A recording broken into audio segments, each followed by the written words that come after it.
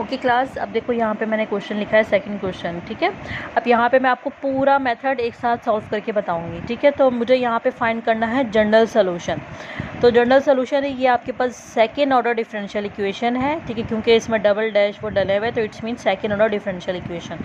अब मैं इसका पूरा मेथड अप्लाई करूँगी। तो पूरा मेथड के लिए आपके पास क्या होता है, Y is equal to Y C plus Y P, यानी कि कॉम्प्लीमेंट्री सोल्यूशन भी होना चाहिए और पर्टिकुलर सोल्यूशन भी होना चाहिए, ठीक है। तो अब यहाँ पे देखो आपके पास सबसे पहले फॉर कॉम्प्लीमेंट्री सोल्यूशन, ठीक है। मैं यहाँ पे फॉर सबसे पहले कॉम्प्लीमेंट्री सोल्यूशन फाइंड कर रही हूँ। तो कॉम्प्लीमेंट्री सोल्यूशन के लिए ये है Y double derivative plus 4y minus 2y is equal to 0। यहाँ पे मैं 0 सपोज करूँगी, ठीक है।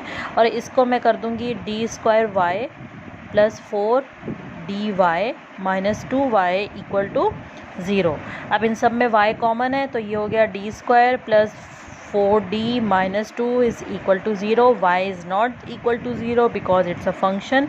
So we convert into auxiliary equation. So it is m square plus 4m minus 2 is equal to 0, ठीक है। अब देखो ये बात मैं कह रही थी, अब यहाँ पे सिर्फ एक ही मेथड नहीं है कॉम्प्लीमेंट्री, अभी मुझे आगे पर्टिकुलर भी अप्लाई करना है। तो it's already lengthy method, so we don't do the factorization and quadratic formula, just apply into for calculator apply करो कैलकुलेटर को, और कैलकुलेटर से डायरेक्ट इसकी वैल्यू हम फाइंड कर सकते हैं, ठीक है। तो मैंने डायरेक्ट फाइंड की है, तो ये आपके पास m1 आ गया है, हमारे पास m1 की वैल्यू आ गई है, ठीक है। m1 की वैल्यू आ गई -2 minus √6, same as it is m2 की वैल्यू आ गई -2 प्लस √6।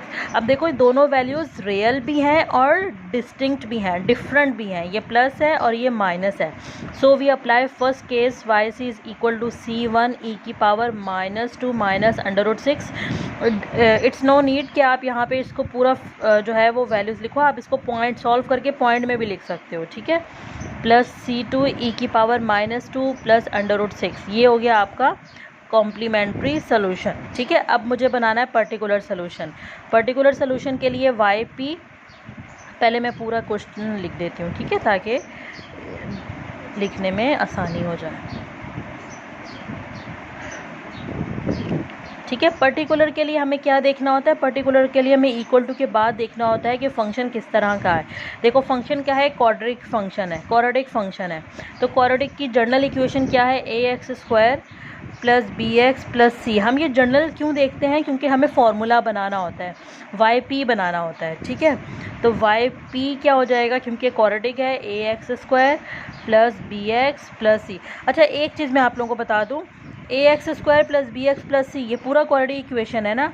ऐसा नहीं है कि ये पूरी इक्वेशन लिखी थी तो ही मैंने यहाँ पूरा लिखा। अगर यहाँ पे सिर्फ लिखा होता 2x² तब भी ये क्वाड्रेटिक ही होता, तब भी आपको ये पूरा ही फॉर्मूला अप्लाई करना है, ठीक है।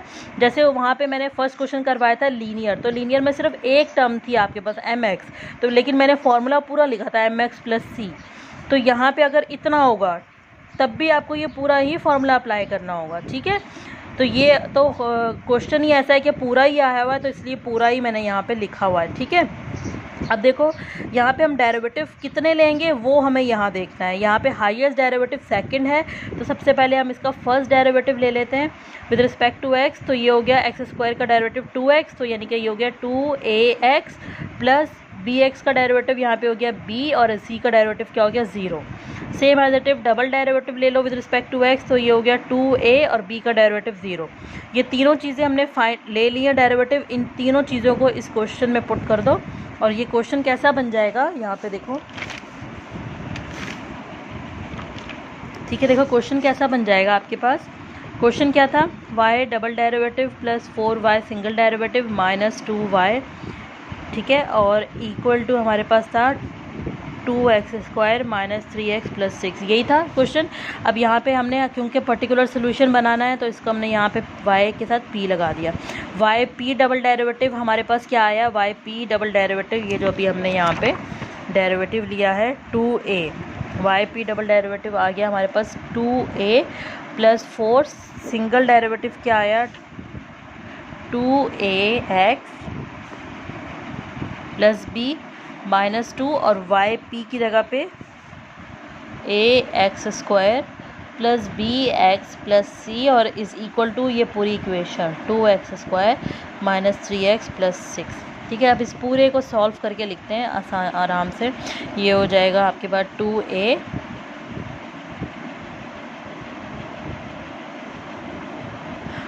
और plus 4 2 8ax plus 4b minus 2ax² minus 2bx minus 2c equal to 2x² minus 3x plus c। मैंने सारी ब्रैकेट्स को ओपन कर दिया। अब x² वाली टर्म्स एक तरफ एक ही है और x वाली टर्म्स एक तरफ कर लो। माइनस 2ax² प्लस x, ये हो गया 8a, यहाँ पे x है और कहाँ है माइनस 2b, ये हो गया। ठीक है, और कांस्टेंट क्या क्या है plus 2a plus 4b minus 2c is equal to 2x² minus 3x plus c। ये इसलिए किया है क्योंकि हमें अभी कंपेयरिंग दी कोफिशिएंट्स करने हैं, तो हमारे लिए हमें आसानी हो सॉल्व करने में। कंपेयर, अब x² वाले minus 2a equal to x², यहाँ पे क्या है 2 x² और x², यहाँ इसका कोफिशिएंट क्या है माइनस 2 है, यहाँ पे क्या है 2, तो a की वैल्यू क्या आ गई, a is equal to -1, a की वैल्यू आ गई -1। सेम एज इट इज़ यहाँ पे x वाले टर्म्स को कंपेयर करो। ये हो गया 8a minus 2b equal to यहाँ पे क्या है -3। यहाँ पे a की वैल्यू आ चुकी है -1, तो मैंने यहाँ पे अप्लाई की, तो ये हो गया -8 माइनस 2b इक्वल टू -3। ये -8 वहाँ जाके प्लस का हो गया और 8 माइनस 3 कितना हो गया आपके पास, ये हो गया 5 और b की वैल्यू क्या आ गई -5/2, ये आ गई b की वैल्यू। अब उसके बाद कॉन्स्टेंट्स को कंपेयर किया, यहाँ लिख देती हूँ मैं, 2a plus 4b minus 2c equal to 6। अब सबकी वैल्यूज़ आ चुकी हैं, a की वैल्यू -1 प्लस 4, b की value -5/2 minus 2c equal to 6। 2 1 ज़ा 2, 2 2 ज़ा 4, -2 -10 माइनस 2c इक्वल टू 6। ये हो गया -12, ये -12 वहाँ जाके प्लस, ये हो गया 18, 2 1 ज़ा 2, 2 9 ज़ा 18, 6 इक्वल टू -9। ये हो गया ABC। तीनों वैल्यूज़ आ गई। और ये तीनों वैल्यूज़ क्यों आई हैं, क्यों चाहिए, क्योंकि हमें यहाँ पे पर्टिकुलर सोल्यूशन बनाना है। तो YP ax² plus bx plus c ये था। a की वैल्यू रखी -1 तो -x², b की वैल्यू -5/2x, c की value -9, that is particular solution. इसमें कोई आर्बिट्री कांस्टेंट नहीं बचना चाहिए। कॉम्प्लीमेंट्री भी सोल्यूशन ये आ चुका YC और आर्बिट्री भी आ गया, दोनों को एक साथ लिख दे तो ये जो मेरा जनरल सोल्यूशन था ये बन जाएगा। ठीक है, या इसको कह दो equation number 1 and equation number 1 implies because of general solution y equal to YC हमारे पास आया C1 e की power -2 minus √6 plus C2 e की पावर -2 प्लस √6 प्लस, अब पर्टिकुलर सोल्यूशन लिखना है तो -x -5/2x -9, that is the complete solution of UC method.